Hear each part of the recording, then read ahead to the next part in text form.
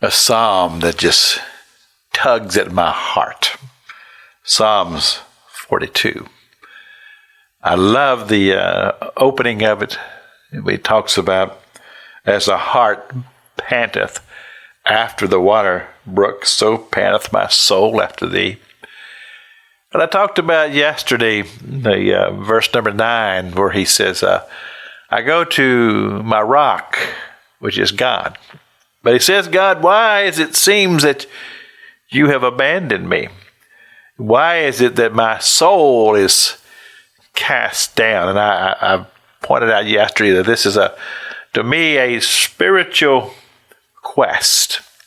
A man seeking God. And I read this as a man who has known God. But something seems to have gone off track here. He's trying to find his way back. And he says in those first verses, verse 2, he says, I appear before God. And this is, I come and I appear before God. And my tears, he says, my tears have been my meat day and night. And wow. Again, I think oftentimes of my own journey, and times when I've felt that way, that God, why have you abandoned me?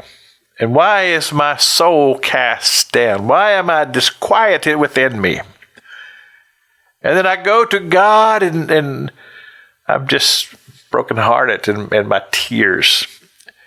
And this is the way I interpret this. Perhaps maybe you might look at it and see it a different way, but he says, my tears.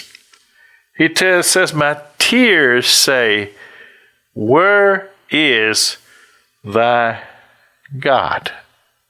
Your tears, he said, your tears say, where is thy God? The whole thing.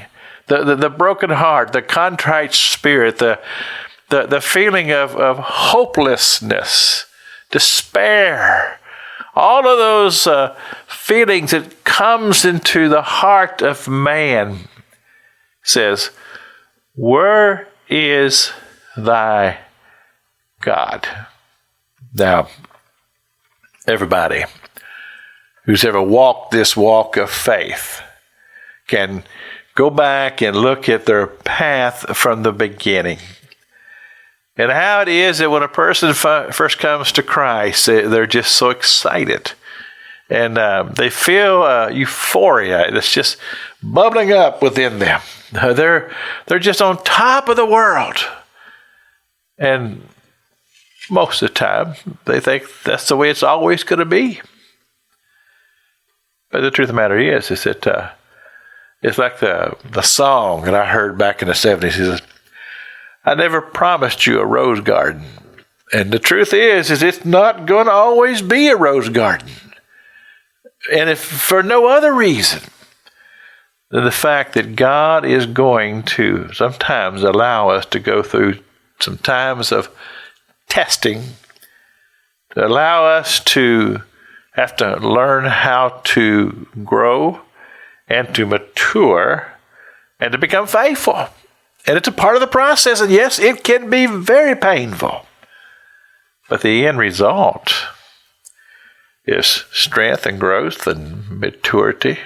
All those things that we need for successful quest of our journey to heaven.